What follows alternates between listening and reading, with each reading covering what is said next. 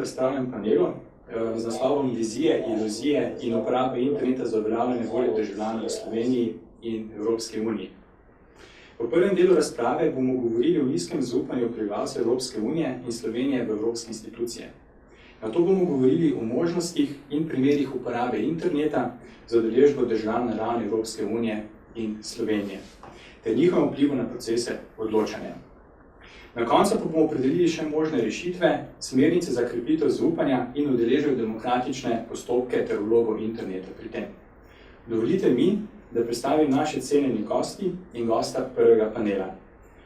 Z nami je gospa Nataša Goršek-Mencin, vodja predstavništva Evropske komisije v Sloveniji, izredni profesor Javor Berce, iz Centra za družboslovno informatiko na Fakulteti za družbene vede Univerze v Ljubljani. Dobar dan.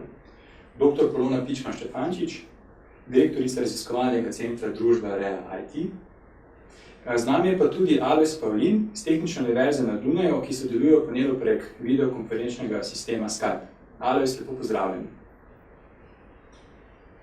K sodelovanju v razpravi lepo vabimo tudi spletno občinstvo, da za naše paneliste posredujejo vprašanja ali komentarje prek spletne klepetalnice oziroma video prenosa prek družbenih omrežij, Facebooka, Twitterja in pa tudi e-pošte.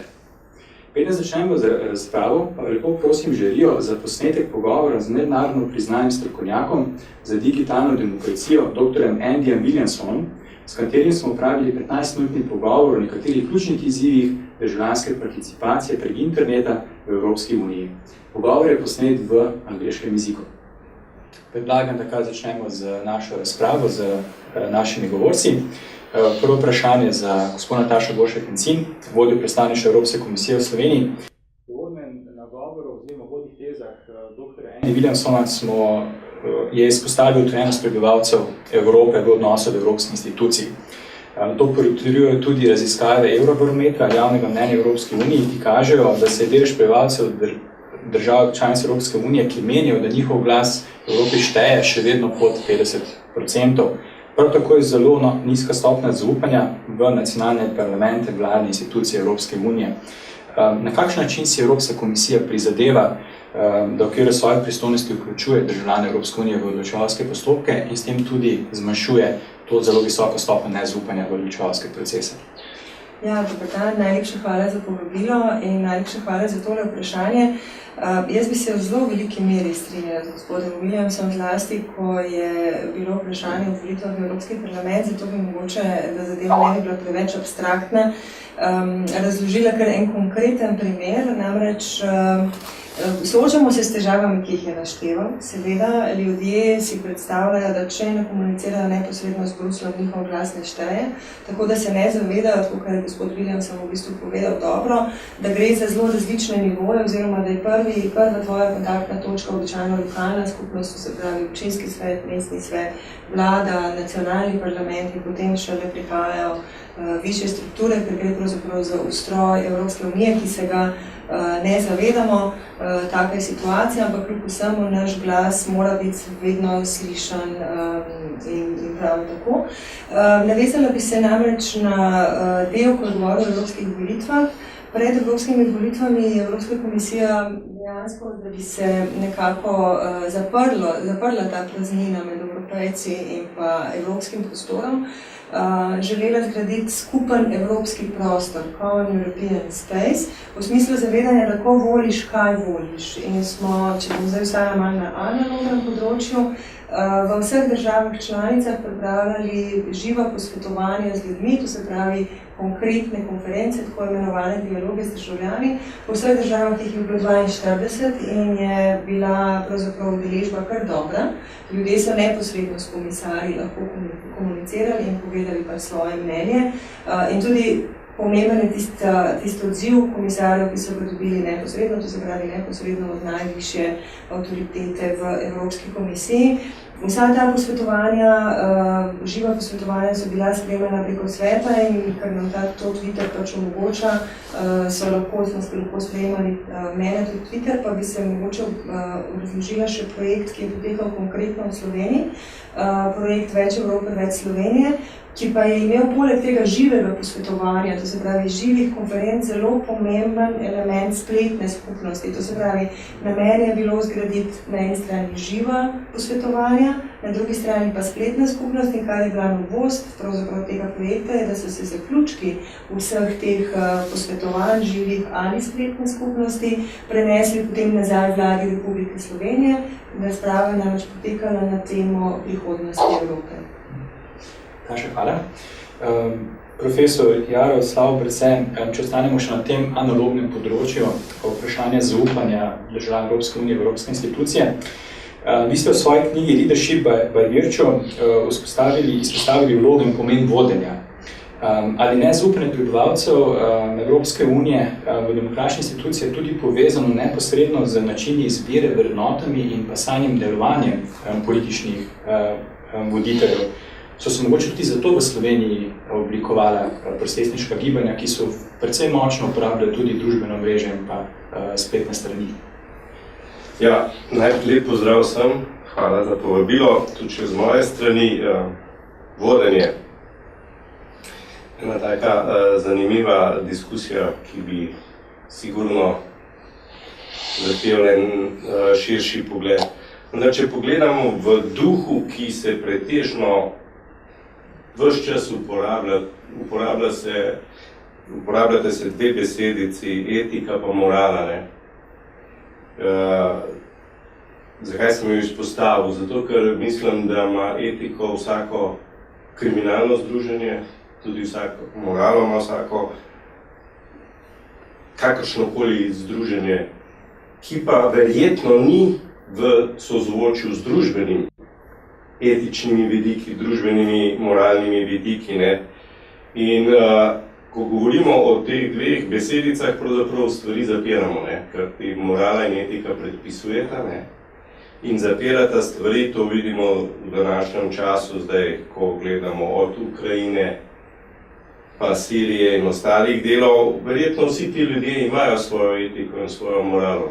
Najbrž za nas nesprejemljivo, vendar za njih je pa to popolnoma sprejemljivo. Ko pa pridemo na področje vodenja, pa pravzaprav bi mogli te dve besedici opustiti. In velikrat jih vlečemo naprej. Namreč človeštvo, če ga gledamo z majhen bolj, a sem po osnovni izobrazbi najprej naravoslovec, potem šele družboslovec, vsekakor bazira na nekih vrednotah. In to je tisto, kar imamo vsi ljudje skupno. Te vrednote smo pol zapisali v razne knjige, ki jih nekateri tako razlagajo, nekateri drugače, vendar jih pa ne uporabljamo na področjih, ki bi jih pravzaprav nujno mogli. To je pa v procesih vladanja, tako na nivoju lokalnih skupnosti, kjer, če smo zdaj, ko imamo ravno lokalne volitve, poslušali bodo lokalni šerifi zmagovali, kot na nivoju države. In seveda se to pol preslika tudi na nivo Evropske unije.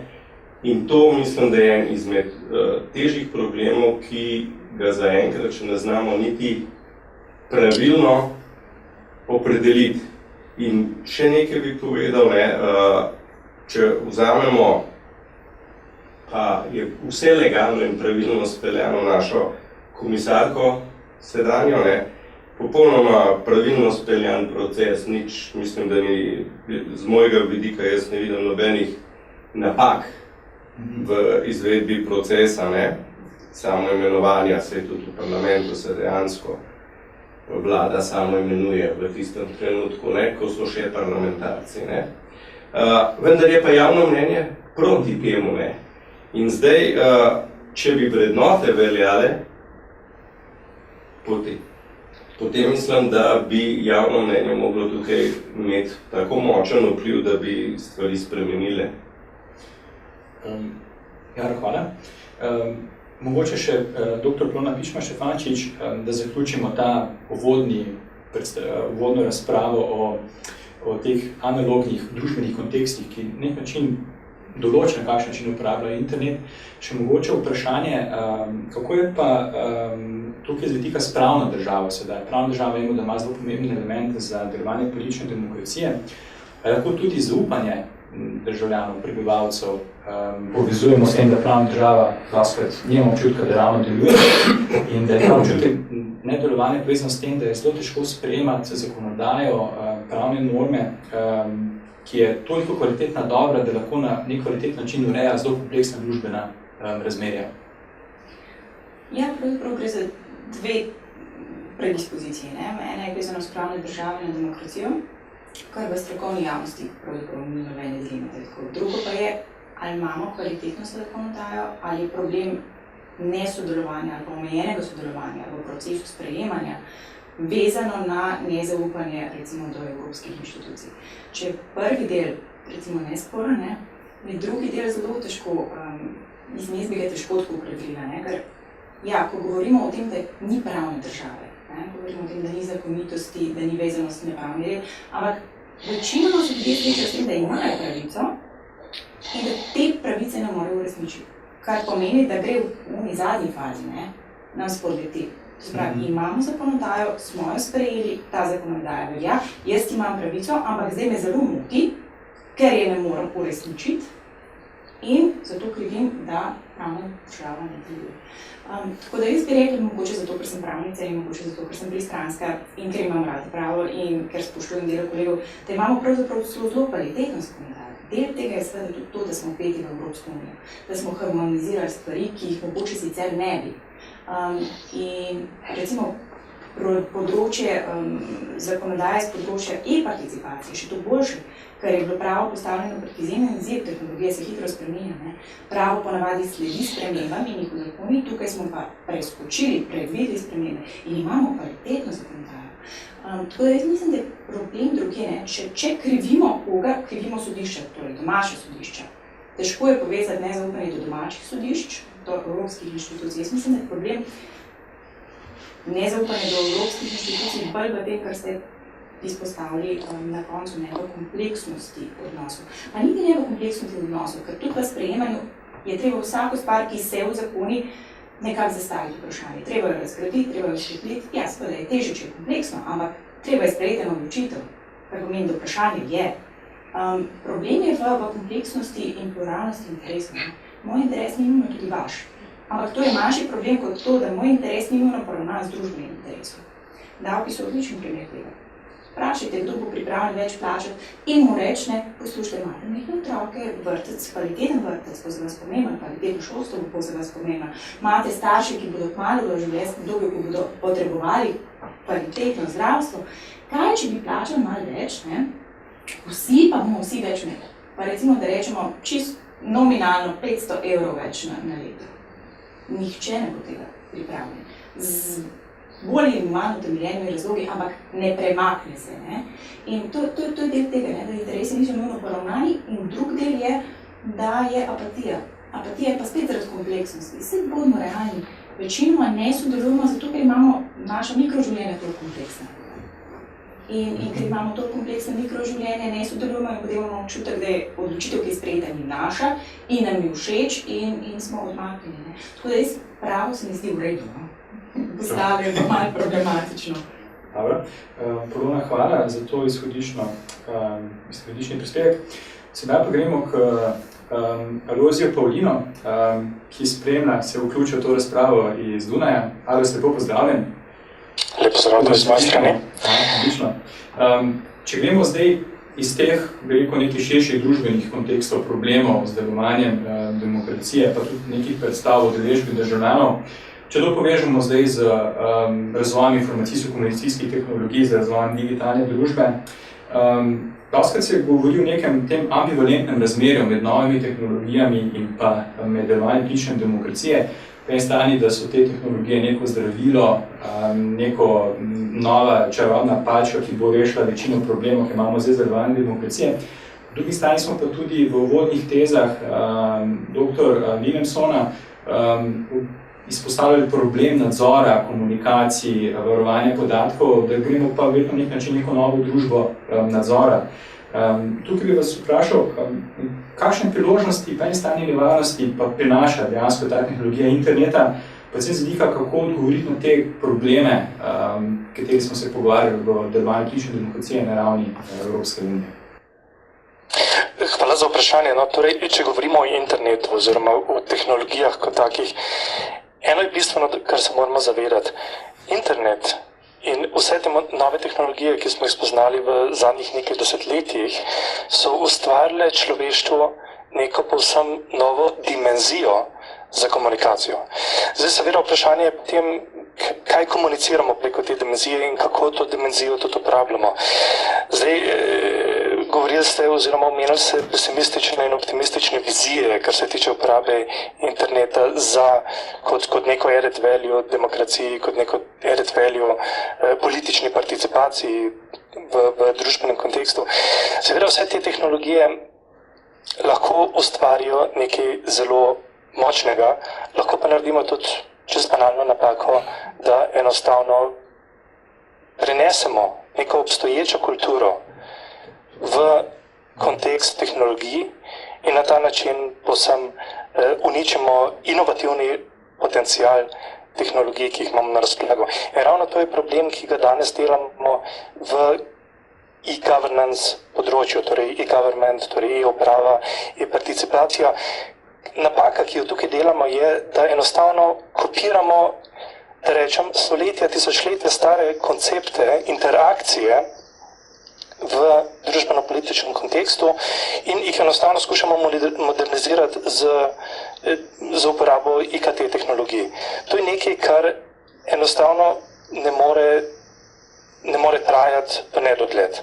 To je sicer nekaj, kar smo zdaj v zadnjih letih, da rečem 10-20 letih, je bilo precej razvoja v tehnologije za e-demokracijo, za e-upravo. In ves ta razvoj, in to je ena močna pionirska faza, v kateri se zdaj v bistvu še nahajamo. In če pogledamo, kaj je ta razvoj do zdaj prinesel, lahko ugotovimo, da razmerno malo. Če govorimo o možnosti posameznika oziroma možnosti civilne družbe, da interagira z državo, z političnimi, z oblastnimi sistemi, da tako rečem, na ravni nacionalne države, na ravni Evropske unije, manjka nekako tisti pravi utility za posameznika, da se bi vklopil v te razprave in da bi dejansko hotel participirati. Če sam zase pogledam sebe, jaz ne vidim neke motivacije, da bi zdaj na ravni Evropske unije, na ravni Slovenije nekaj interagiral z temi urodji, ki jih dobim na razpolago. Zdaj, tukaj so različne vidiki, kako gledamo na prednosti in kako gledamo na nevarnosti, ki jih prinaša tehnologija. Zdaj, lahko to, kar sem jaz zdaj predstavil, je predvsem vidik, da rečem državljane, da rečem civilista.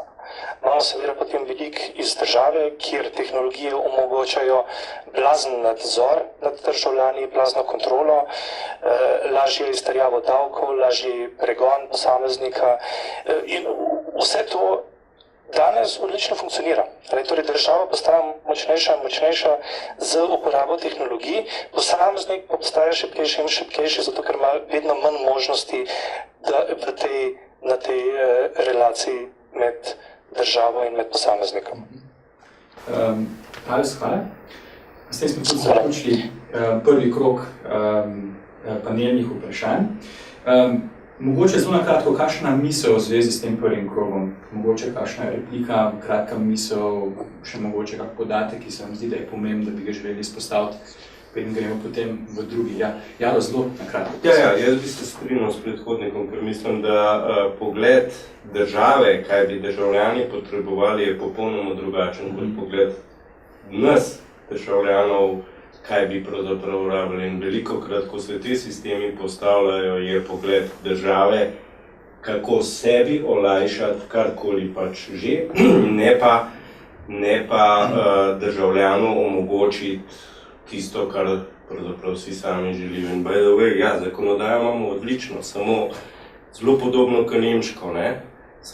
Tam sodijo tako, nas sodimo pa po isti zakonodaji drugače. Tako da te vplivi so definitivno z centra moči zelo, zelo drugačni, kot jo pa se vidi na nižjih nivojih. Dovolite, da izkoristim to priložnost in še enkrat povabim vse gledalce spletnega video prenosa oziroma naše spletno občinstvo, da posredujete prek spletne klepetalnice video prenosa, Facebooka, Twitterja in pa e-pošto vprašanja za naše cenjene paneliste in bomo potem vzeli v razpravo na koncu panela. Sedaj bi šli pa v drugi del razprave, o katerem bomo govorili bolj konkretno o možnostih in pa orodjih uporabe interneta za delo državljanov v Evropski uniji in pa tudi v Sloveniji. Glede na to, da smo končali z državo, pa bi mogoče še v tem drugem delu tudi mogoče začeli z državo, vprašanje za vas, profesor Berce. Vi kot strokovnjak delujete pri primerjalnih analizah e-uprave v državah članic Evropske unije. Evropska unija, to bomo tudi potem še več o tem povedali, ima tudi zelo močno strategijo na tem področju, digitalno agendo za Evropo. In tudi v tej znotraj digitalne agende je kar precej pozornosti namenjeno novim trendam in pa pobudam na področju elektronske uprave, predvsem teh novih konceptov, kot so državljanom usmerjena uprava, pa odprta vlada, pa tako naprej. Lahko poveste, kakšen je ta splošen napredek e-uprave na področju e-demokracije v Evropski uniji in kje recimo mogoče Slovenija zaostaja še trenutno v komunikaciji z državljani? Prej bi mogli Slovenijo pred 10 leti zelo pohvaliti, ne, od takrat gredo stvari zelo rapidno navzdol, če pogledamo e-upravo, bila je takrat postavljena, ne, od takrat niti nov dizajn ni bil narejen, ne. Torej, zdaj, kje je Slovenija, najbrž ne tam, kjer bi si želeli, ne. Kar se tiče Evropske unije in tehnologije, ki jo postavlja, mislim pa, da je en velik razkorak med tehnologijo pa med procesi. Jaz sem imel to smolo, da sem delal tudi za Evropsko komisijo in sem prijavil takrat interno noter en projekt, ki se je imenoval Governance. Skratka, kako vse te procese prečistiti, kako jih narediti transparentnejše, boljše, kako jih podpreti, potem šele z računalniškimi orodji in na moj projekt je bil udarjen žig Politically Incorrect. To sicer res, koliko zdaj je, 8 let, 7 let nazaj, ampak dokler se ne bomo zavedali, da pravzaprav je treba notranje stvari počistiti, bomo s to tehnologijo, ki jo imamo, ki je fenomenalna, s temi projekti, ki so pravzaprav odlični, ne, zgubljali čas in energijo, da bi jih upeljali in da bi izvedli. Pa še en problem imamo, ne, ki je zelo velik, ne, to je, da imamo 28 članic, ne. Vsaka članica poliva naprej svojo tehnologijo, svoja podjetja, ki bi to razvila, svoje znanje in posledično vidimo, recimo, če vzamemo za primer samo en malenkosten primer nas državljanov Evropske unije, kjer je prost pretok blaga, storitev in vsega. Če kjerkoli drugje delam, kako je z mojim zavarovanjem, delovno dobo, priznanjem, cel kup stvari, če smo na enotnem prostoru. Kot le čisto kratko pod vprašanje, Nizozemska je letos bila po indeksu e-participacije Združenih narodov prepoznana kot najbolj aktivna država na področju e-participacije. Tudi dostakrat omenjajo Združeno kraljestvo kot dober primer. Kaj mogoče zelo na kratko so tiste 2-3 ključne razlogi, zakaj so ene države tukaj bolj uspešne, druge so pa manj uspešne? Že omenjeno zaupanje, ne? Če gremo od severa proti jugu, zaupanje v birokracijo, v državo pada, ne? In če želite take sisteme uvajati, je definitivno področje zaupanja tista točka, kjer se stvari zlomijo. Nataša Božek-Mečin, vemo, da je Evropska unija seveda zelo raznolika z vidika držav članic, ampak Evropska komisija pa kljub temu predstavlja nek zelo spodbuden, lahko rečemo tudi dober primer, kako se poskuša na neki nadnacionalni ravni sprožiti pobude v smeri elektronske participacije. Evropska komisija je bila skupaj z Evropskim parlamentom pobudnica pobude e-participacija, v okviru katere se je v zadnjem desetletju izvajalo kar nekaj nadnacionalnih projektov, tako z vidika univerz, nevladnih organizacij, tako na lokalni, nacionalni, kot tudi vse evropski ravni. Tudi sama komisija je postavila kar nekaj aplikacij, kot so Vaš glas v Evropi. Nazadnje smo imeli tudi to odprtokodno aplikacijo za podpisovanje evropske državljanske pobude. Kakšne pa so konkretno izkušnje Evropske komisije z uporabo teh orodij in kakšen konkretno je odziv državljanov, prebivalcev, pa predvsem, kje se potem vidi to v konkretnih zakonodajnih odločitvah? Ja, to se pravi, omejila se bom na e-participacijo, ne na e-upravo, kot je bilo prejšnjo vprašanje. Mislim, da smo tudi prej skočili potem na e-participacijo, gre za dve zelo različni zadevi. To, kar je bilo prej omenjeno, je pravzaprav iniciativa Evropske komisije, to se pravi samega sistema, kako funkcionira, in se tudi zelo strinjam z Alojsom o tem, kako splet sledi naši naravi delovanja, to se pravi v analognem svetu, kako potem spletni orodji temu sledimo. Na vaše vprašanje, Evropska komisija je tista, ki predlaga zakonodajo in nobena zakonodaja se ne predlaga brez javnega posvetovanja, ki praviloma poteka po svetu.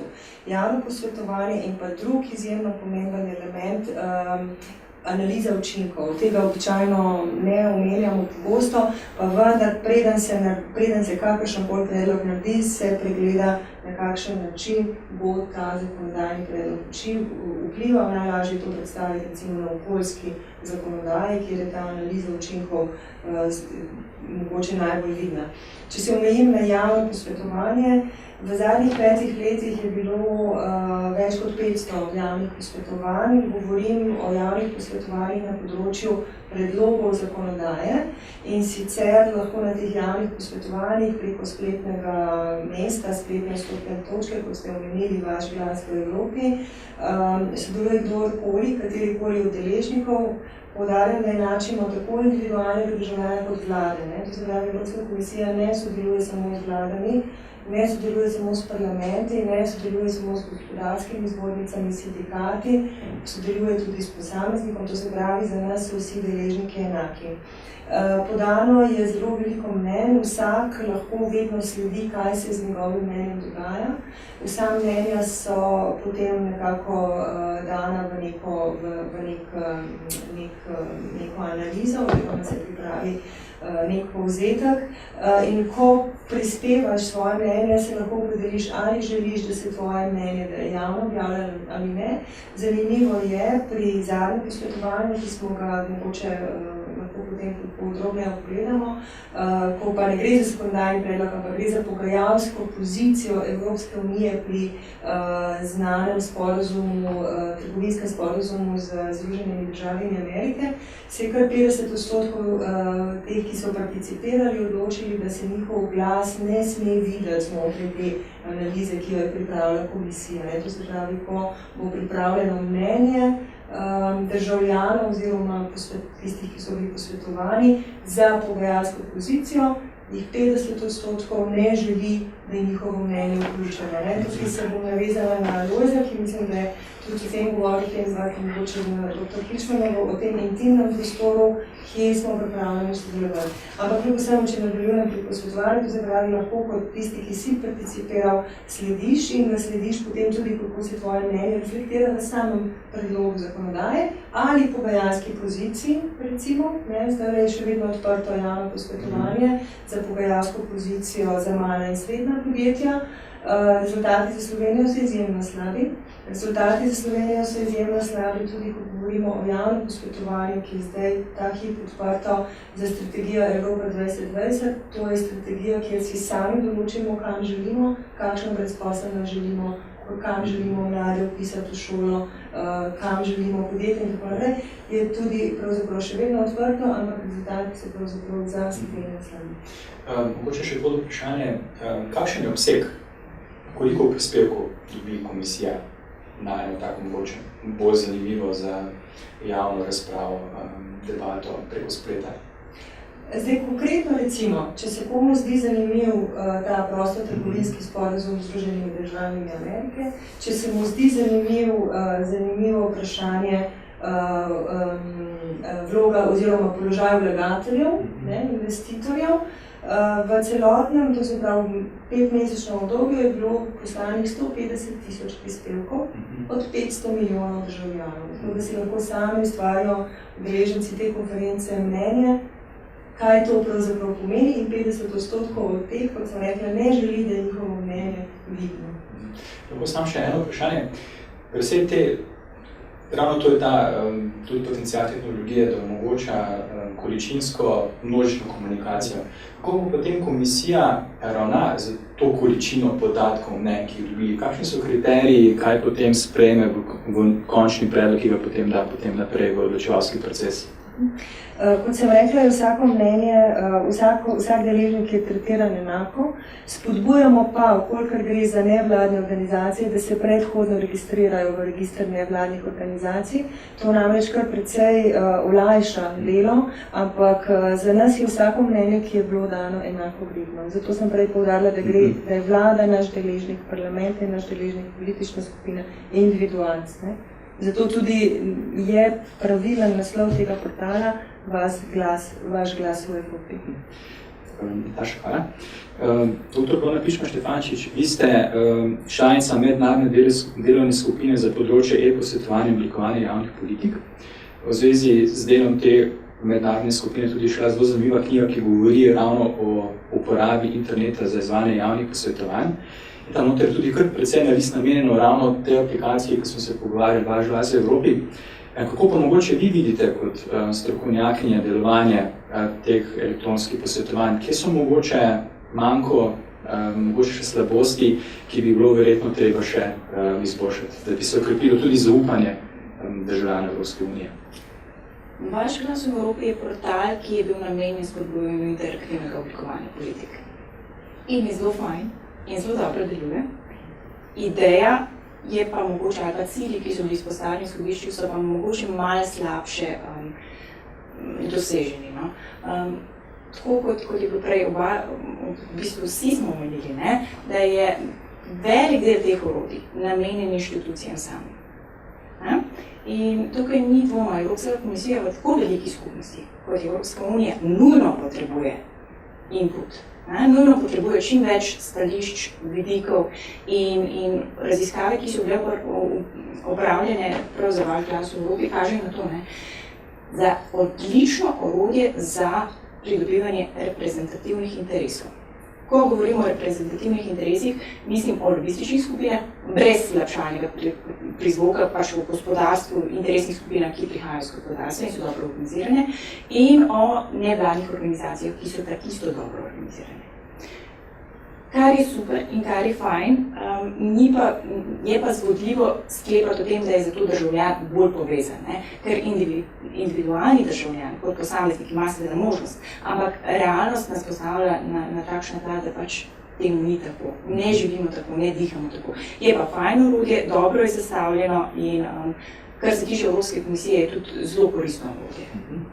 Se lahko še na tem mestu vprašam, kakšna situacija pa z podobnim orodjem, ki ga pa izvaja slovenska vlada v okviru Urada Vlade za komuniciranje predlagam vladi. Tam je tudi bila neka podobna ideja, da se zbira predloge mnenja slovenskih državljanov, ki naj bi potem šli na pristojna ministrstva. Kako pa komentirate to orodje, pa njihove rezultate? V izvedbenem vidiku ni tako zelo sorodno. Je pa iz skupine interaktivnih orodij za sooblikovanje javnih politik. Zdaj, orodje, bomo rekli tako, če smo rekli, eno orodje se postavijo zato, ker pomagajo inštitucijam, druga se postavijo zato, ker nam pomagajo našim vladam, da bolje izgledajo v indeksu e-participacije. In kljub temu, da se zelo izogibam temu svetobolju in negativnim vizijam, ker dejansko iskreno in globoko čutim in vem in strokovno stojim za tem, da je digitalizacija ena izvrstnih platform za demokratizacijo procesov. Ampak tukaj, glede na red velikosti, koliko državljani se sodelujo, tukaj govorimo, če smo prej primere za Evropsko unijo, tukaj govorimo o najboljših primerih, o parih 100. Ja. In je samo ta red velikosti takšen, da izključuje orodje kot relevantno sredstvo v oblikovanju skupnih odločitev. Je pa res, z pravnega stališča pa zadeva ni slaba. Funkcionira dobro izpostavljeno, prolaga odgovornost in to primerno, po mojem strokovnem mnenju, primerno odgovornost na pristojen organ, ampak mislim, da orodje temelji na zmotni iluziji o aktivnem državljanu, ki pride zvečer domov in z največjim veseljem sede za računalnik in piše svojemu predstavniku, kaj si on želi. Življenje ti prinese marsikaj in to zagotovo ni tisto, kar je.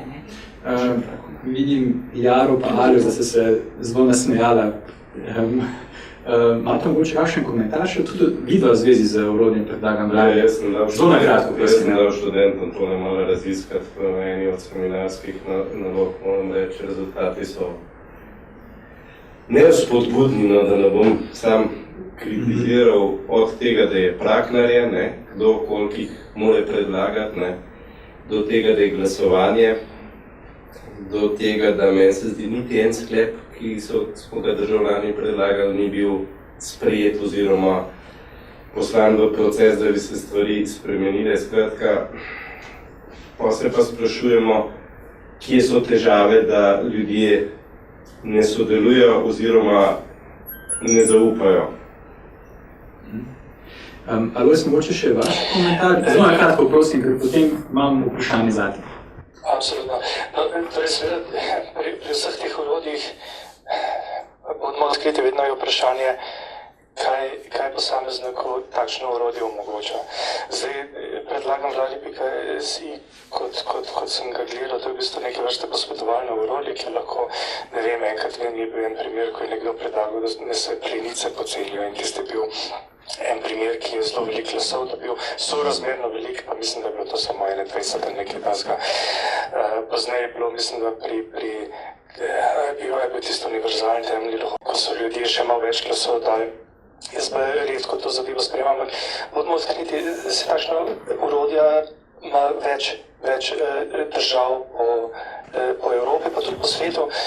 Na koncu je vedno vprašanje, kaj motivira posameznika, da sploh kontribuira k temu, na kaj lahko sploh vpliva, a vpliva se nenazadnje nima nobene direktne možnosti, da vpliva, v bistvu daje samo mnenje, to je neke vrste elektronsko pismo bralcev, ker lahko tam naredi, pa še to ne v celotni fazi, zato ker pismo bralcev se ima čas, da se ga formulira, pa se veliki teksta napiše, pri predlagam vladi se pa, ne vem, neko mnenje se kot da, ki potem nekako izgine iz fokusa, niti ne prije do prave razprave in tako naprej.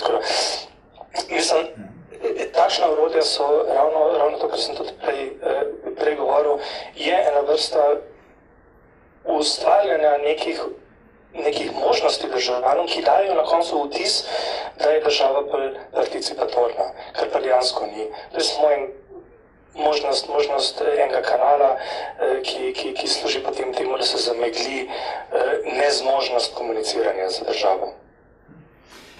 Alojz, če poskušamo obrniti perspektivo, zdaj smo se pogovarjali o orodjih e-participacije, ki so sponzorirane strani vlad, držav, uprav in so na nek način vzpostavljene od zgoraj na vzdolj.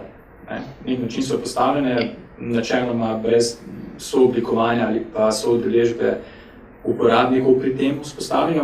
Me pa zanima, vi se v svojih študijah pogosto ukvarjate tudi z idejo pretočne demokracije in pa modelom župe na spletu. Vi gledate tudi možnost, kako se lahko pa iz civilne družbe, iz nekih državljanskih pobud oblikujejo ideje in pa tudi potem orodje, ki ravno tako spodbujajo elektronsko participacijo, niso pa nujno del nekega pravno temeljenega, formalnega odločevalskega procesa. Kakšna je pa situacija tle? Kje so pa tle možnosti, izzivi in pa dileme? In pa, kaj po vašem mnenju deluje? Omenili ste župo, to je nostalgičen primer, da sem par let nazaj v bistvu koncipiral en model, ki je bila prva znanstvena publikacija o liquid democracy nasploh. Torej, pretočna demokracija, se raje uporabljam pojem liquid democracy, ko je bil razširjen. Torej, glavni princip tega je v bistvu, da lahko posamezni delegirajo svojo politično moč nekemu drugemu posamezniku v neki politični skupnosti in skozi to se potem ustvari neka mreža, ki je likvidna, ki je dinamična, na podlagi katerega lahko potem celotna skupnost ustvari neko mnenje. Liquid democracy kot tak je v bistvu najbolj naraven princip skupinskega odločanja.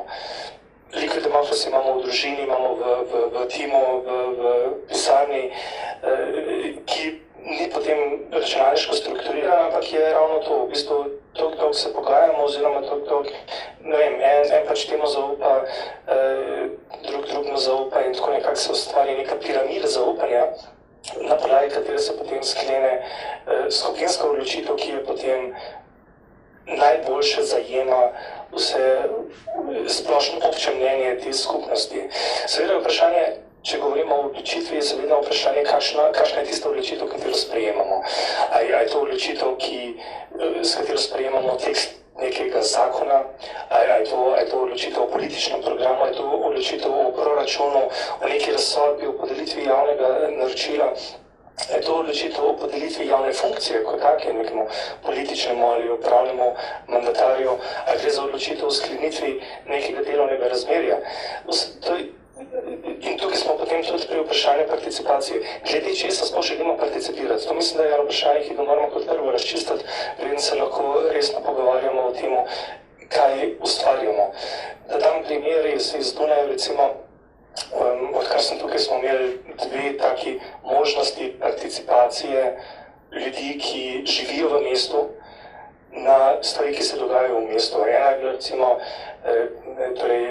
tukaj je nekako največja nakupovalna pasaža Marija Hilferstrasse. V tej se je odločalo, torej ko sem jaz prišel, je bila to čisto navadna cesta, po kateri so avtomobili vozili, potem se pa odločalo, ali se iz tega naredi peš zona ali to ostane cesta. In potem ljudje so se kao nekako odločili, da ne bo to peš zona in zdaj polagajo posod kamenčke. Super, to je zdaj odločitev za ali proti neki politični ideji. Zdaj, tukaj se gradi peta proga podzemne železnice in ljudje so dobili, torej občani so dobili možnost, da odločajo, katere barve naj bo označba te železnice. Odločitev je bila, ali bo turkizna, ali bo vijolična in mislim, da ljudje so se odločili, da ne bo vijolična. Ampak vse to so spet neki taki banalni primeri, kjer se omogoča ljudem, da sodelujejo pri nekih političnih odločitvah, ampak ti politične odločitve nimajo neke realne vrednosti. To je super, to je panem circenses, torej kruh in igre, te dobijo občutek, da lahko sodelujejo, ampak ne realizirajo celotnega potencijala. Ko se gre pa, in če govorimo v kontekstu Avstrije, ko pa nekdo skuša dobiti vpogled v proračun, ampak ko nekdo skuša dejansko participirati na neki ravni, ki ima neko pravno veljavnost, ki ima dejansko neko realno vrednost, pa te participacije ni. Tukaj Slovenija, da rečem, tisočletja naprej, kjer imamo vse možnost, da upogledamo v to, kako se proračun porablja, da imamo pogled vse pravne akte, da imamo možnost dostopa do informacij javnega značaja. Tega recimo v Avstriji sploh ni. Se pa na drugi strani da ta možnost, da se odloča o tem, ali bo železnica zelene ali vijolične barve. Torej, in na tej točki se pa spet vrnemo nazaj na problematiko likvidne demokracije, torej liquid democracy. Liquid democracy torej obstaja primer, ki je razmeroma znan v Nemčiji, kjer so piratska stranka. Ja, se slišimo. Ales, prosim, če lahko zelo na kratko še tudi to, ker bi potem bi rad to tvojo tezo razvil z še našimi panelisti tle notri, če lahko. Ja, hvala. Ok. A še to povem? Prosim, ja, zelo na kratko. Odlično. Ker se vidi, da si odprl eno zelo dobro istočnico v tem kontekstu, kako potem ta od spodaj navzgor, ta grassroots participacijo dejansko potem pripelja do inštitucij. Ne? Se slišimo? Torej, zdaj se upravičujem, malo zamika glede zvoka, tako da mogoče samo kratko zaključil svojo misel odprej, pa bom potem predal. Torej, če pogledamo v Nemčiji piratsko stranko, oni so ustvarili neko orodje, ki se imenuje kako že liquid feedback. In ta liquid feedback orodje so oni vključili v svojo stranko kot orodje za likvidno demokratično ustvarjanje mnenja stranke oziroma politik stranke kot takih. Zdaj, vse skupaj se je razmeroma hitro zalomilo. To je ideja, kjer lahko nekdo, podobno kot pri predlagam vladi.si in pri takšnih orodjih reče, ok, stranka ne se zavzema za to in to.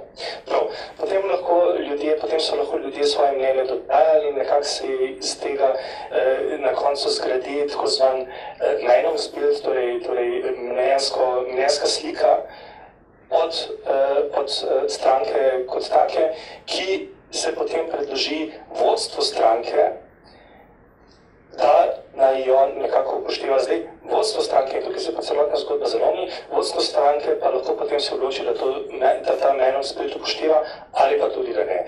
In recimo, mislim, da leto dne nazaj so se prav močno skregali ravno na tej točki in je bilo po vseh medijih, ko so se skregali, zato ker je vodstvo stranke potem delalo kontra temu, kar je v bistvu party base, torej stranka kot taka, ustvarila mnenja in so se potem tegali v medijih, etc. Ključna točka tukaj je, nimamo direktne povezave med voljo skupine in med efektom, ki ga ta volja skupine lahko naredi. Torej imamo še vedno nekega posrednika vmes, ki prevzame odločanje, ki prevzame interpretacijo tega mnenja. In tukaj, če gremo čist nazaj, ker sem na začetku rekel, tukaj imajo tehnologije možnost, oziroma izziv, da ustvarijo ta direktni link med odločitvijo skupine in med efektom, ki jo ta odločitev skupine ima. Hvala. Mogoče zelo kratke komentarje bi vas vse tudi prosim. Ali kdaj v prihodnosti pričakujemo, da bo več te volje državljanov, tudi nereprezentatirane volje, ki ni mogoče organizirana, prišlo v odločevalske institucije po nekih formalnih kanalih, ali se bo to še vedno projiciralo v nekih ljudskih protestih na ulicah in tako naprej. Oziroma, kako so sploh, če drugače postavim vprašanje, kako so obstoječe institucije, njihov koncept sedanje delovanja sploh fleksibilne, odprte, da se mogoče neka oblika pretočne demokracije pa celo formalizira v teh kontekstih. Mogoče najprej Nataša, vem, da je to zelo to je pravzaprav vprašanje, politološko vprašanje. To je pravzaprav vprašanje, na kakšen način imamo organizirano družbo, tako da pravzaprav nima povezave s tem, kaj imamo, ampak na kakšen način se organizira družba kot taka. Mislim, da smo se odločili v Evropi, da imamo politično participacijo, to se pravi, če govorimo o tej liquid democracy, gre preko članov v političnih strankah in potem volitve v strukture in na koncu parlamenti kot tisti najvišji predstavniki ljudstva. Tako da jaz drugače, recimo, to je pač sistem, ki ga danes imamo, na kakšen način delamo. Zdaj, kakšne so pa še vsa ostala orodja, pa je potem konkretno vprašanje ne več politološko. Jaro, mogoče zelo kratek komentar v zvezi s tem. Stvari so popolnoma jasne in transparentne. Parlament vsekakor ni predstavnik ljudstva, ampak je predstavnik političnih strank. To, da si zamišljamo, da v parlamentu sedijo ljudje, ki predstavljajo ljudstvo, je larifari. Predstavljajo politične stranke in njihove cilje, interese in želje in karkoli to rečemo. Tako da tle participacija že začne škripati. Ta druga stvar, ki pa je bistvena pri vsej zgodbi, je odgovornost. Mi odgovornosti nimamo, ne politične, ne dejanske. Če prevzameš vodenje podjetja, če ga zavodiš, če je tvoje privatno podjetje, najbrž plačaš z lastnega žepa. Če prevzameš vodenje države, če jo zavozaš, greš na naslednje volitve in potem te volivci večinoma izvolijo, ker pač imamo tako nastavljen sistem, da stranke sforsirajo ene in te iste ljudi. Dokler ne bo odgovornosti, mislim, da bomo mi lahko o tej participaciji, demokraciji in vsem tem govorili v nedogled. Hvala. Moče še Polona? Jaz sem kompetentna, govorim samo stališča prava. Ampak spet pravo tukaj ni problem, tako kot tehnologija ni problem. Če govorimo o predlagam vladi, je to pač komunikacijski kanal, prej se je pa pač pisalo pismo. Pač hudkrat, pač komuniciraš. Jaz mislim, da, ampak to je moje osebno mnenje, ki pa mogoče ima recimo dolgoletne izkušnje, ker se s tem ukvarjam že zadnjih 15 let. Gre za čisto osebno naravo. To, kar je izpostavil kolega, ni odgovornosti. Ravno gledano ne, tudi vsebinsko gledano ne. Toliko kot je zdaj, in to odgovornosti kot Američani ali angliško govoreči imajo dva aspekta, responsibility in accountability. Toliko kot je zdaj, tega še nikoli ni bilo, ker je prost pretok informacij, ker imamo zakonodajo, ki nam omogoča dostop, hiter in enostaven dostop do informacij. Morate si predstavljati, 15 let nazaj dobiti na informacijo, če ti je predstavnik ni želel dati, je bilo težko. Zdaj se usedeš, zgubljaš in imaš takoj instantno. In kar se tega vidika tiče, imamo to. Vsi vemo, kaj se dogaja, tudi oblastniki, če želijo, da se kaj doseže v družbi, morajo to obelodati. Ni zaprtih vrat, to, kar je bilo recimo 50 let nazaj. Ampak drugo pa je, zato pravim, po mojih izkušnjah gre za osebno komponento. Če ljudje ne vidijo problematičnosti samoimenovanja, na primer, potem je to vprašanje etike in morale. In za to družbo očitno funkcionira. To je pa drugo vprašanje. Tukaj pa ne politologi verjetno, ne pravniki, ne IT-ovci verjetno ne moramo dati kompetentnega odgovora. Dobili smo tudi 2 vprašanje prek spletne klepetalnice za paneliste, tako da bi mogoče kar predlagam, preden zaključimo razpravo, da vzamemo te 2 vprašanji. In mislim, da je to prvo vprašanje, Polona, se tiče vašega dela, namreč gre pa takole, gospod Branko Kralj je dal to vprašanje, se mu najlepše zahvaljujemo. Kako razmiti pravico do izražanja jasnega mnenja in etiko spoštljivega komentiranja? Kje je meja med žalitvijo in resničnim mnenjem na Facebooku ali pa na spletnem forumu? Vi ste se tudi ukvarjali z spletnimi razpravami, to je verjetno kar močna dilema. Kako lahko? Je pa ni, Težko je a priori napisati, ampak dajmo biti realni. Moderirane razprave imajo bogato tradicijo po celem svetu in ne odkrivamo tople vode. Medtem ko v osebni komunikaciji je to zelo hitro se čuti. Sem prepričana, da če se pogovarjava, takoj vidim, ali sem šla predaleč, v mnenju, v načinu podajanja mnenja, stališča, ali ne. In jaz mislim, da kar se tiče večina forumov, ki je kvalitetnih, ki je dejansko vsebinsko deliberativnih, temelji na 2 komponentah. Na registraciji, anonimna komunikacija je vedno delikatna, in na moderiranosti foruma. Brez teh 2 komponent, kljub temu, da je bila ideja, dajmo odpreti participativna demokracija, odprta demokracija, dajmo vsem možnost, naj izrazijo svoj glas, naj povejo, kako je. Ker naenkrat pa smo spet pri človeškem momentu. Če nas ni tam z obrazom in potem šimfamo povsem brez neke samocenzure, brez nekih... Skratka, rečemo stvari, ki jih svoji mami nikoli ne bi. In takrat je problem. Ampak kar se tiče izkušenj, imamo bogate izkušnje in mislim, da to v praksi ni več takšen problem. Hvala. Hvala tudi gospodu Borisu za vprašanje. Drugo vprašanje je pa zelo zanimivo in se dostakrat pojavlja kot vprašanje povezave z e-participacijo, namreč vprašanje elektronskih volitev. Bi mogoče zelo nakratko še tudi to vprašanje odprli. Gospa Jelena Jančič-Bober sprašuje, pozdravljeni, o vprašanju volilne udeležbe se bo v nadaljevanju najbrž še govora. V tem kontekstu me zanima, kdaj lahko elektronske volitve na nivoju državnih ali predsedniških volitev pričakujemo v Sloveniji in kje so trenutne omejitve in kdaj lahko pričakujemo rešitve. Zdaj, debata o elektronskih volitev v Sloveniji je že kar dosti dolgo, vsake toliko časa se ponovno odpre, pa me zanima zelo na kratko, to se želi vključiti v to razpravo. Kakšno je vaše mnenje glede volitev? Eno so tehnične dileme, eno so pravne, politične.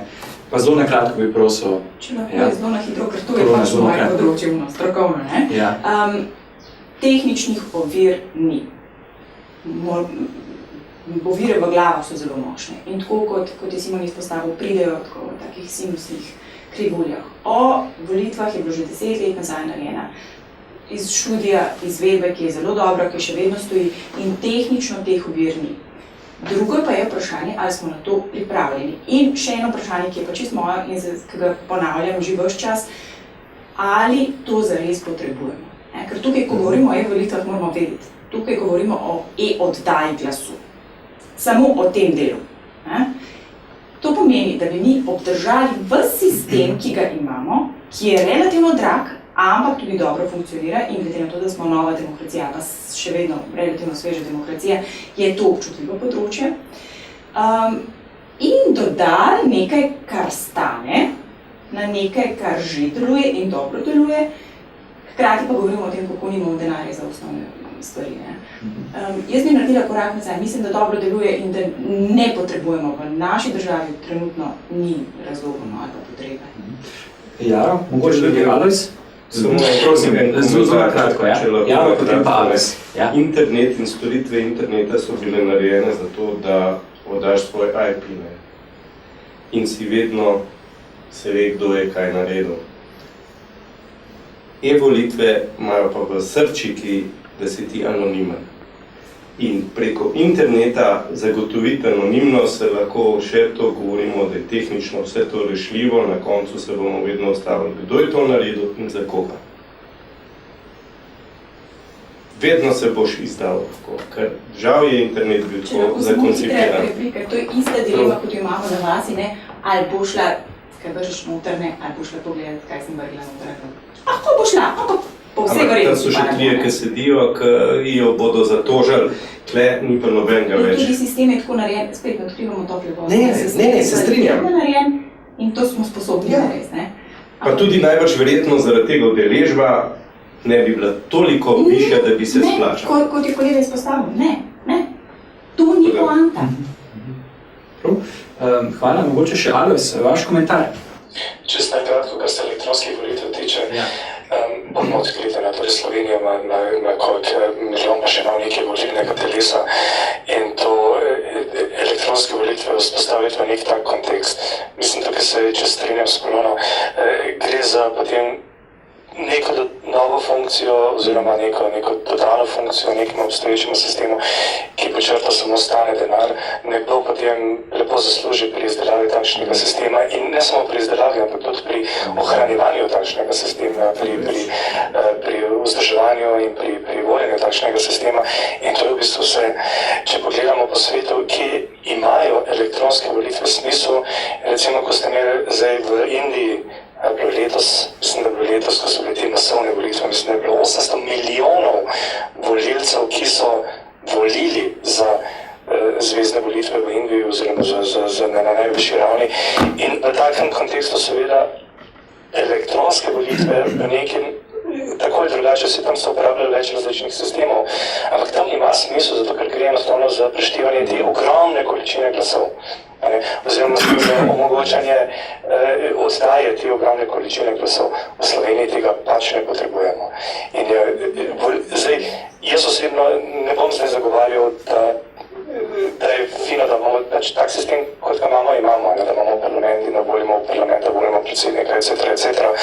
In tukaj imamo ta sistem, deluje tako lepo, pač se gre, oni delajo lepo na sprehod, ali pa če se ni v mestu, se pač preko pisma odda glas na ambasadi, če se to želi. Da se pa zdaj uvaja elektronske volitve, ne naslavlja, ne zdaj recimo mladih ljudi, oziroma jaz osebno ne vidim nobene dodane vrednosti zame, da bi ta oglas preko spleta, ne sveze. Alojz, hvala. Ostalo nam je še slabi 10 minut razprave, tako da bi jaz predlagal, da gremo še hitro čez zadnji krog vprašanj s kratkimi odgovori, vključno z vašo zaključno mislijo, ki bi podelili z našim spletnim občinstvom. Pa bi mogoče, Ali, začeli kar pri tebi v tem kontekstu, ko smo imeli vprašanje zasebnosti in pa nadzora podatkov. Tudi Andy Williamson je bil zelo, bi rekel, oster, zelo močno mnenje je imel glede grožnje, ki jo predstavlja vprašanje prenosa podatkov, varovanja zasebnosti za uporabo interneta v demokratičnih postopkih. Če lahko zelo nakratko poveste, kakšna stališče bi mogla tle imeti Evropska unija, kakšna politika bi se mogla tle izvajati in pa mogoče še potem to dopolnite z vašo zaključno mislijo današnje konference. Glede enega si moramo biti zelo odkriti. Vsa komunikacija, ki tukaj šviga po žicah, ki gre skozi vse agencije, vse ponudnike dostopa do interneta, je iz tehničnega vidika seveda berljiva.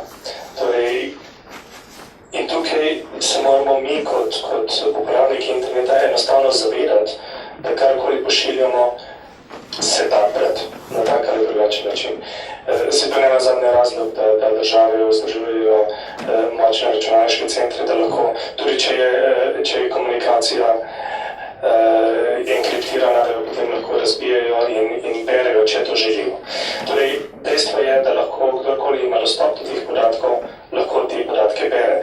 Zdaj, kaj lahko neka politična skupnost oziroma neka politična inštitucija, kot je Evropska komisija, kot so organi Evropske unije, naredijo na tem področju, po mojem idejo, kar se da narediti, da se zagotovi neko mero zasebnosti oziroma zagotoviti neko mero zasebnosti tehnično sploh ni mogoče, tega se moramo zavedati.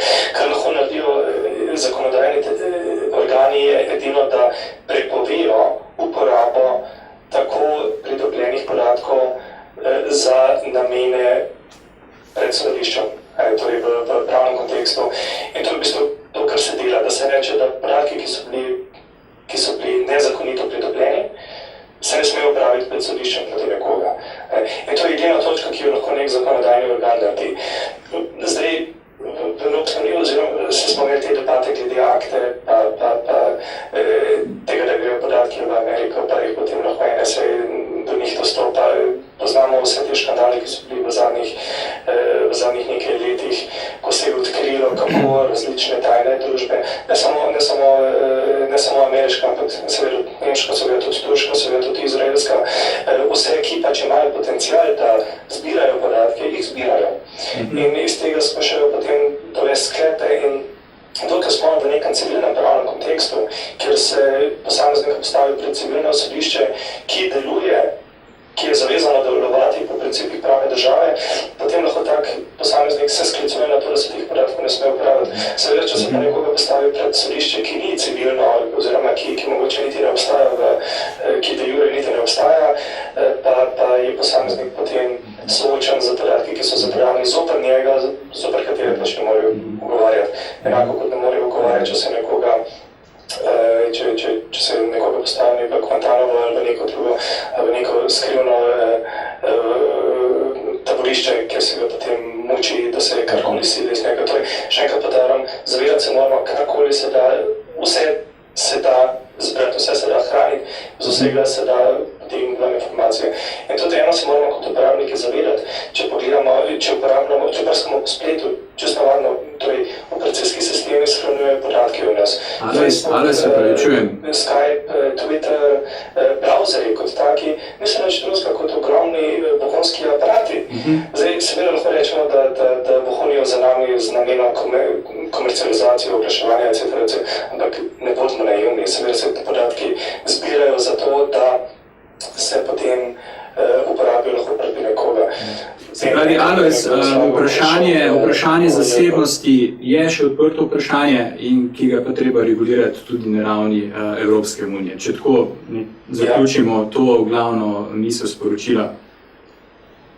Jaz bom rekel, ne preveč regulirati. Aha, ne preveč. Prav, dobro. Se pravi, iščemo tisto razmerje, ne? Ja, prav. Alojz, hvala, da še povabimo ostale tri paneliste k zaključnimi besedami. Profesor Jaro Berce, mogoče čisto na kratko, kaj so tiste ključne družbene vidike, ki jih moramo upoštevati če želimo imeti uspešne primere na področju elektronske participacije. Govorili smo o vodenju, morali, etiki, zelo na kratko, tiste ključne stvari, ki niso mogoče tako tehnično pomembne, ampak ključno determinirajo pa učinke teh orodij. Jaz bi se najprej spomnil, da je treba meje, ki jih imamo v glavah, zbrisati. Ne. Še vedno gremo v Italijo ali pa v Avstrijo smučati. Ne.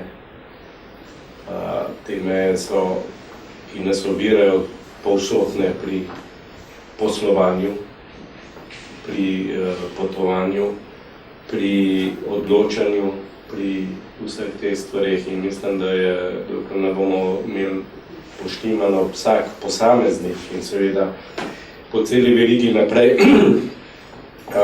te stvari bo zelo težko. Je pa seveda izredno super, če si minister za zunanje zadeve, ne, jih je 28, ne, in se pogovarjaš z indijskim, kitajskim, ameriškim ali pa takim pomembnim sogovornikom, da si minister, ne. Zdaj, če bo pa Evropa imela samo enega ministra, torej federativno ureditev ali kakršnokoli, pa že enkrat smo o tem že imeli diskusijo, bo pa samo eden, ne. In zdaj, ali je to tisto, kar si pravzaprav želimo, še dlje oddaljenost od nas, ne, ali si želimo te meje zbrisati v glavah. Mislim, da je to ključno vprašanje, ker iz tega izhaja potem to, kar je bilo rečeno, da se jih 50% ne upa povedati, zakaj. Jutri bom službo rabil, mogoče bom pri njih kaj iskal, sem pa to govoril. Tako da to so velike dileme in problemi. Hvala, Jaro.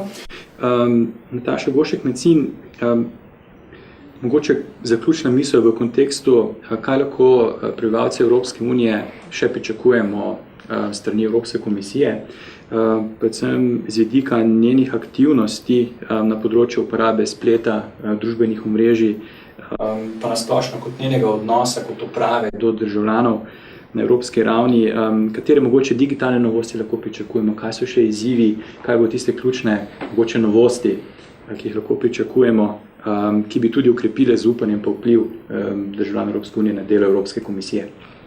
Ja, v tem vašem vprašanju je ogromno različnih stvari, ampak jih bom jaz povezala z ciljem, ki mu sledimo, digitalna agenda. Tukaj noter so skriti v bistvu vsi ti elementi, ki ste jih navedli, to se pravi od tega, da bomo poskušali približati dejansko ravnanje ali pa življenje, tako kot je Polona prej zelo dobro razložila, z napredkom tehnologij, z interesi znotraj tistih, ki pač te tehnologije obvladujejo ali razvijajo. Ne? To se pravi ta most oziroma ga pravzaprav čim bolj izničati, do tega, kako pravzaprav, kar ste prej spraševali o e-uprave, to se pravi na kakšen način omogočiti eno vstopno točko, to, kar ste vi prej razlagali, kako biti dejansko bolj operativen, kako biti varčen z veri, s človeškimi veri, kako stvari dobro zapakirati in tako naprej. In pa še tretji element, ki smo ga sam bežno omenili v smislu participacije državljanska pobuda, je pač eden od elementov, ker smo se pogovarjali tukaj o naši družbeni ureditvi, ki jo imamo.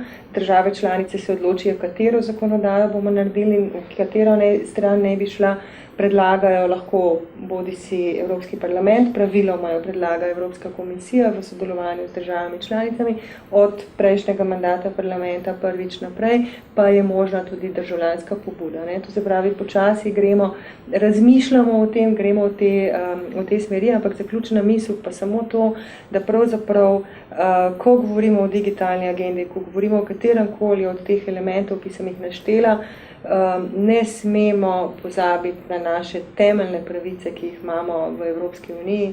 To se pravi, eno je varnost, eno je zasebnost, v bistvu vsi elementi, ki smo jih tukaj imeli, in pa seveda tudi dostopnost. Taša, hvala. Še zadnjo vprašanje, pa zaključno misel strani dr. Polone Pičman-Štefančič. Ta problem, zelo na kratko, fiktivne participacije smo že omenili, kliktivizma, dobro se počutim, ko nekaj kliknem na elektronski peticiji. kako narediti to vključevanje, da ne bo navidezno? Se pravi, da se bo dejansko ta interakcija, vsa ta energija, ki je prek spleta, s katero ljudje odpiramo javno vprašanja, vse bolj odražala tudi v političnih voditeljih, tudi v političnih institucijah. Se pravi, kaj so tiste potrebni koraki še za e-participacijo v prihodnosti? Kolektivizem je to fajn izraz. Povzame ves prezir in kaže na ločeno, dihotomijo med neko formalnostjo, ne vem, kaj delam in klikam, in v nasprotju vsebinskostjo pretehtanim odločenjem. Me je spomnil na kolege z pravne fakultete 15 let nazaj, ko sem začela delati na e-volitvah, in da zašpilim, da prinesem to, kar smo se prej pogovarjali. Rekel, je Polona, ampak veste, to ne bo v redu. Zdaj se gospod obleče, pražnje se obleče, v nedeljo gre tja, razmisli o svojih dejanjih, morda se prej ustavi še v lokalnem baru, predebatira, prediskutira in tako. Kaj, zdaj pa, če boste vi doma v yoga pencih klikali, čist brez veze. Meni se zdi iskreno kolektivizem en zelo pejorativen izraz za nekaj, kar je v veliki meri izraža prezirno. Ljudje nismo toliko naivni. Prvič, pripraviti človeka čist realno, vse kaže, kaj je težko pripraviti za to, da bo kliknil, čeprav samo klikne. In drugič, imamo zelo praktičen primer, ki ga vsi poznamo. Elektronsko bančništvo. Samo zato, ker jaz dejansko lahko, namesto da bi se oblekla, šla na banko, čakala v vrsti, pri bančnem oddelku so to uredila, lahko doma dejansko v yoga pencih uredim, ne pomeni, da svojim denarjem delam bolj lahkomiselno. Ne zapravljam ga nič več, ne zapravljam ga nič manj, mi je pa bolj lagodno. Samo zato, ker je bolj lagodno, ne pomeni, da imam bolj nepremišljeno. In če se navežem na to, premike v glavah. Meje so ne samo geografske, ampak tudi meje moramo predstaviti. In da zaključim na pozitivni noti. Recimo, pa to govorimo vse o državljanih in o odločevalcih. Primer dobre prakse pri nas, Medov Vrnet. Skupina zdravnikov, ki hitro, instantno, takoj odgovori na vprašanje, ki je zame osebno pereče, ker je zdravstveno, dobim hitro, instantno in takoj kvaliteten, verodostojen, približno uporaben odgovor namesto vseh čakalnih vrst. Zdaj si pa predstavljate, da se zjutraj zbudite, pa imate na cesti pred bajto eno veliko luknjo, za katero ocenjujete, da je so nevarna za promet. Se spravite k računalniku, pošljete svojemu županu, poslušajte, tole pa tole se je zgodilo, a boste kaj ukrepali, in potem se nič ne zgodi. In vi držite sapo in se še vedno nič ne zgodi. In una luknja je čez en mesec še vedno tam. Ja, po vsej verjetnosti ne boste uporabili tega. Pa kolikor bi pa vi dobili hiter odgovor, je pa to prva stvar, ki jo boste naredili, tako kot je Medov Vrnet. Rada poudarjam primere dobre prakse, ker se mi zdi fajn, da vemo, da se da. Ampak spremembe se ne začnejo s tehnologijo, ker jo imamo, spremembe se ne začnejo s pravom, ker ga imamo in normativno podlago, spremembe se začnejo v glavah. No, lahko zelo kratko, ja. Japonska vlada je pred parimi leti prešla iz 24-urne odločitve na projekt 8-urne odločitve. Torej, ko vi javite, ko rabite gradbeno dovoljenje za tist most, ali pa karkoli tazga, želijo v 8 urah, da administracija to uredi.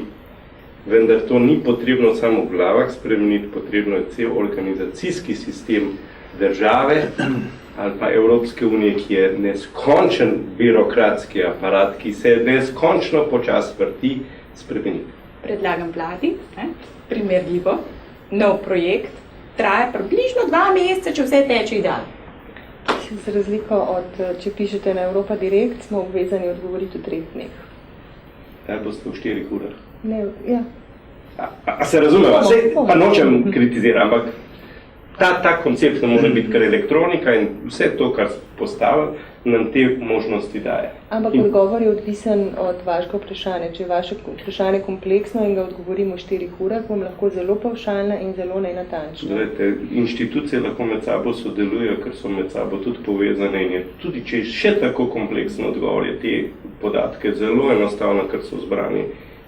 Zelo enostavno. To je težko tudi postaviti tega uradnika, zdaj pa ti dej nekaj eno mnenje, če nimaš časa natančno preučiti in odgovarje zanj. Kar pomeni, kar potrjuje pravzaprav to, kar smo ves čas govorili, sodelovanje, to, kar je pravzaprav tudi cilj, ki ga zasleduje Evropska komisija, ker moramo delati z 28, ko nekdo vpraša nas za vprašanje o vozniškem dovoljenju v Estoniji, da tudi organ v Estoniji pomaga, da bomo mi lahko vam odgovorili v 4 urah.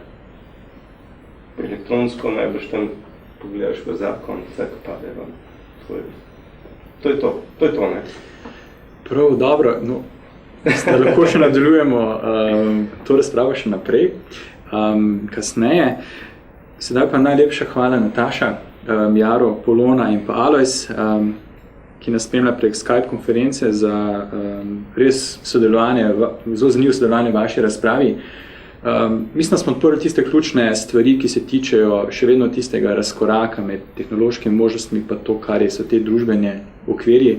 Mislim, da smo odprli ključne zadeve, predloge, tudi primere in mogoče tudi začrtali razpravo v tej smeri na področju participacije za naprej. Najlepše se tudi zahvaljujem spletnemu občinstvu za obe vprašanji. Tukaj ima tudi informacijo, da je bilo kar precej komentarjev v spletni klepetalnici. Vse te komentarje bomo tudi vključili v poročilo razprave, za kar se še enkrat najlepše zahvaljujem. Sedaj bomo pa nadaljevali konferenco z predstavitvijo različnih primerov in pobud na področju uporabe informacijsko-komunikacijskih tehnologij za krepitev demokracije. Na to bo sledil drugi panel današnje konference, na temu digitalne participacije mladih z zelo zanimivimi gostjami. Tako da ostanite še naprej na konferenci in se vidimo čez slabih 30 minut. Še naprej vas lepo vabim, da s svojimi vprašanji, mnenji in pa predlogi prek spletne klepetalnice, prek Facebooka in Twitterja, pa tudi prek sodelovanja spletnih anketah, ki smo tudi pripravili za vas na spletni strani konference, še naprej prispevate vsebine in sooblikujete današnjo konferenco. Tako, najlepša hvala in dobrodošli zopet naprej v drugem panelu.